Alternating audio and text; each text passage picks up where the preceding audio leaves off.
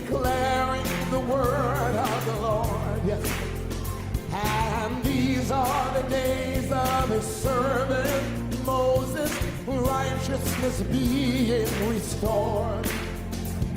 And though these are days of great trial, with famine and darkness and the sword, still we are the voice in the dead.